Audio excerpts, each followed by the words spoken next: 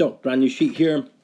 So, it isn't that one end is good or one end is bad. It's what state you're in and what you need to do with your body. So we've just looked at sleep. Let's look at another end of this. So what about doing a really hard, physically demanding workout? Well, the first thing we should check is our watts high. Okay, so what we've got here is a brand new sheet. We've already looked at sleep. So it's not that one side is good or one side is bad.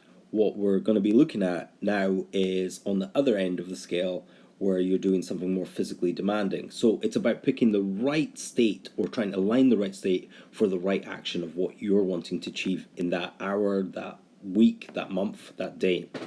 So let's pick a high intensity workout. So we're doing a high intensity workout.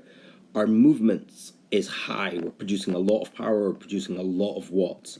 Our heart rate will be near max. Our central nervous system, well, to get the most out of it, we want to be in a right fight or flight, fully activated, really up there, fight or flight. Our energy system is anaerobic, which just means without oxygen, and we're predominantly using carbohydrates for this. So this is a perfect alignment, high intensity workout. If we quickly scrap this, go into this new layer, that would be a really high intensity maxing out, and maybe your body can't handle that. So a lot of the times where we actually want to be is about this 80% mark, 80% of our kind of maximum heart rate, 80%, 80 to 90% of our watt output. We don't want to be fully activated. We want to be somewhere around about here in our central nervous system. We always want to leave a little bit. You know, it's very different being chased by a murderer than it is just doing a workout. Our energy system, we want to be up here. Yes, it's mostly anaerobic, but we're leaving a little bit in the tank. And also our carbohydrate usage can be here. And this is perfect alignment. If we do this, we're going to have an absolutely perfect workout. Let me just scrub all this.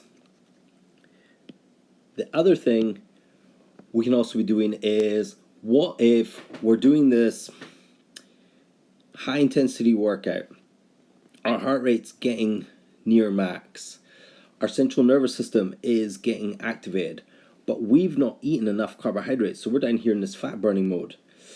Our anaerobic system is going to have trouble because it needs carbohydrates to run.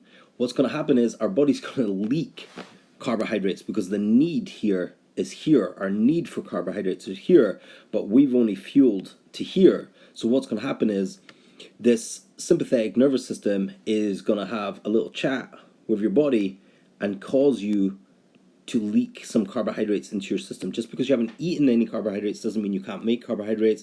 That's called gluconeogenesis, and it's the production of new carbohydrates in your body. So you're going to lose muscle tissue to supply this workout, because in here we've created this demand and the body's going to have this. This is why it'd be really beneficial to fuel up on carbohydrates before you're going to do this kind of workout. If it's a stressful event that's caused you to have this, you don't have any choice.